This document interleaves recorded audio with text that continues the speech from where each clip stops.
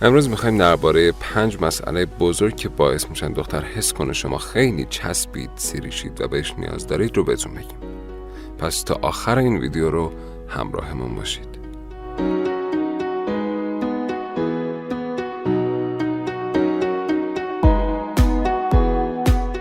مورد اول، زیاد پیام دادن یا 24 ساعت چت کردنه. بی خیال آقایون، شما سرتون شلوغه، یه سری کارا و مأموریت ها توی زندگیتون دارید. باید به شغلتون و علایقتون برسید و این علایق نباید 24 ساعت پیام دادن به اون دختره باشه. نباید هر وقت اون صدای دینگ گوشیتون رو شنیدید تو مغزتون دوپامین ترشح بشه. پس کاری که باید بکنید اینه که گوشیتون رو سایلنت کنید و فقط در وقت اضافتون به فرد مورد نظر پیام بدید و پیامش رو چک کنید. به جای اینکه 24 پیامش جواب بدید و آنلاین باشید، کاری که دوست دارید بکنید و حواستون به شغل و به علایقتون در زندگی باشه. و در وقت اضافتون که گوشیتون رو چک میکنید، وقتشه که جواب دختر رو هم بدید. حالا سوال اینجاست که اگر با این کار باعث بشیم دختر چند ساعتی صبر کنه چی میشه؟ خب مهم نیست. بذارید به این فکر کنید که دارید چی کار میکنید. این مسئله رو به عنوان بازی روانی طرح نکردم که پیامو ببینید بعد بگید خب 2 ساعت دیگه جوابشو میدم. نه، از من این مردم آزاریه. من میگم اصلا گوشتون رو چک نکنید. اینجوری خودتون به صورت طبیعی 2 ساعت بعد جواب طرفو میدید. ببین، فقط دارم میگم نرمال رفتار کنید، عادی. گاهن هم ممکنه که سریع جوابشو بدید چون همون لحظه داشتید گوشتون رو چک میکردید. به جایش توی بقیه زمان‌ها که گوشتون رو چک نمی‌کنید نمیتونید جوابشو درجا بدید.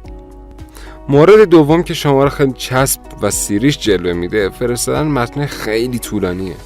قبل از فرستادن پیام یه نگاهی بهش بندازید، ببینید میشه کوتاه ترش کرد، نقلی ترش کرد.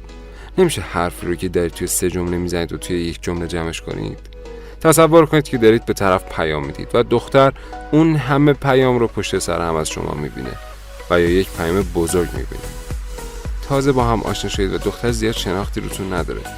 در این صورت دختر حس میکنه که شما خیلی آدم سیریشی هستید.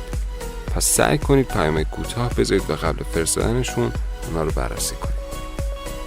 مورد سوم که خیلی مهمه، سعی در کش دادن چت، اونم دقیقاً زمانیه که بحث فرسایشی و کلیشه شده. آقایون، زمانی که توی چت 1 ساعت یا نهایت 2 ساعت صحبت میکنید، چت رو تموم کنید. نذارید اون حس باحال چت کردن برای دختر تکراری بشه. وقتی دیگه چیزی برای گفتن ندارید، لازم نیست با سوالای چرت و پرت سعی کنید بحثو کش بدید. وقتی این سوالها رو میپرسید، دختر میفهمه که آدم تو کفی هستید و میترسید از دستش بدید. برای همین به هر قیمتی شده میخواید چت رو بیشتر ادامه بدید. پس توی چت کردن افراط نکنید.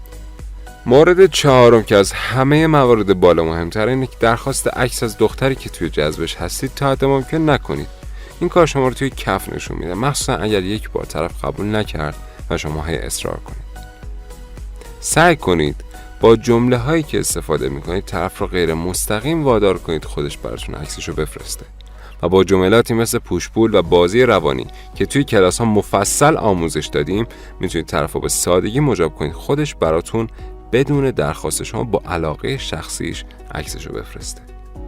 مورد 5 و آخر، اینکه هیچ وقت نرید تمام عکسای طرف رو لایک کنید. اوج سیریش و حول بودنتون رو نشون میده. همیشه از کارهای اشتباهی که بقیه پسرها انجام میدن خودداری کن رفیق من. مثل واکنش سری نشون دادن به عکس خودش که استوری کرده. یکی از اشتباهاتی که ما درس دادیم این بود که هیچ وقت نباید در مراحل جذب اولیه واکنش خوب یا بد نشون بدید. کلاً باید جوری رفتار کنید که هیچ حس خاصی به چهره و ظاهر دختر ندید. پوکر، بی تفاوت، خنثی.